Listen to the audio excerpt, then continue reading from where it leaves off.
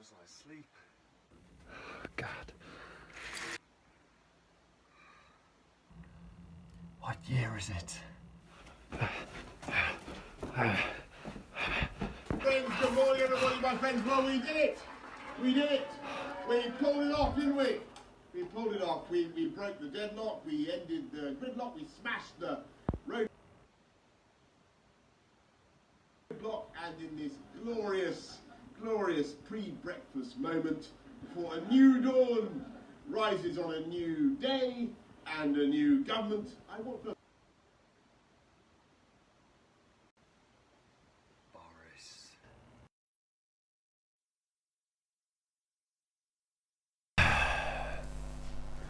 First off, apologies for the lateness of this video. Like most of us this year, I had to deal with Christmas and liver dysfunction. But Boris, really? Are we that suicidal as a nation? I can understand people not voting for Corbyn in this election at least, as it was kind of a Brexit election and Corbyn flip-flops like a fish on speed when it comes to the European Union.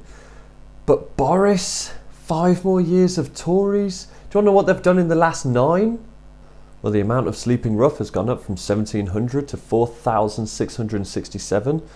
Food bank usage is up by 2,826%, which is crazy. We've also lost 20,000 police officers and the national debt is up 81%. But you want 5 more years of Boris? You don't want to be happy, UK. 5 more years of Boris calling the working class drunks, criminals and feckless.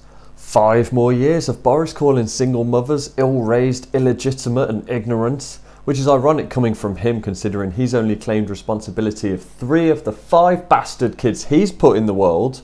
We got 5 more years of Boris calling gay dudes, tanked topped bum boys, while he's also backing some heinous homophobic shit said by Robert fucking Mugabe. 5 more years of Boris saying that if gay marriage is a union between 2 men, he doesn't see why there shouldn't be a union between 3 men, or indeed 3 men and a dog.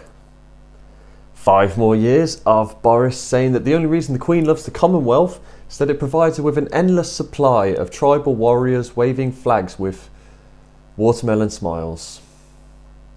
Boris actually said that. Now, I don't want you lumping me in with the rest of these, this mass of neoliberals who are losing their fucking mind over the fact that Boris has won. And it seems like it's the same kind of group that lose their shit when Trump won. For this video at least, I'd like to concentrate more on Boris and less on his party, however misaligned I think their policies are. There's a picture that was doing the rounds on social media that was explaining that elections aren't the only way to change the world, and it was like 4 ways to get over heartbreak, and it included some important ideas, I do think. Help tree planting, support homeless charities, be kind to the vulnerable. Seems weird to have that thrown in there. Defend the environment, which is a weird one.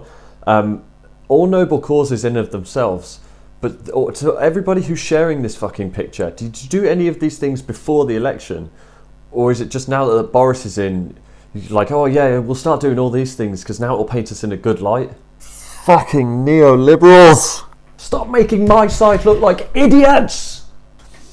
I'll sort of curtail the end of this video with, you know, a lot of people are angry that Corbyn is losing the Labour leadership.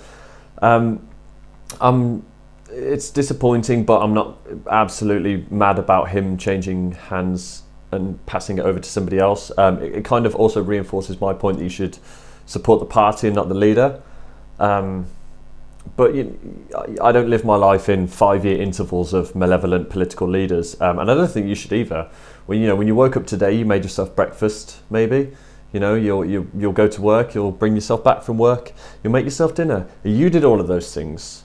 Jeremy Corbyn didn't do those things for you. Boris Johnson didn't either. You'll do it tomorrow, and the day after that. Life will go on, and if life ever gets you down, just remember that in 1672, a mob of angry Dutch killed and ate their Prime Minister. Options. Just saying.